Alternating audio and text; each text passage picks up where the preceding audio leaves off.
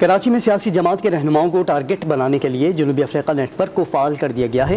इत्तला मिलने पर सिक्योरिटी इदारे भी मुतहरिक हो गए। सिक्योरिटी इदारों ने नेटवर्क की फहरिस्त मुरतब कर ली है। कराची में सियासी जमात के रहनुमाओं को टारगेट बनाने के लिए जनूबी अफ्रीका नेटवर्क को फाल कर दिया गया। इत्तला मिलने पर सिक्योरिटी इदारे भी मुतहरिक हो गए। इस पर मजीद तफसीलात जानते हैं डॉन न्यूज़ के नुमाइंदे इमरान हफीज से। इमरान हफीज, बताइएगा मजीद क्या तफसीलात हैं?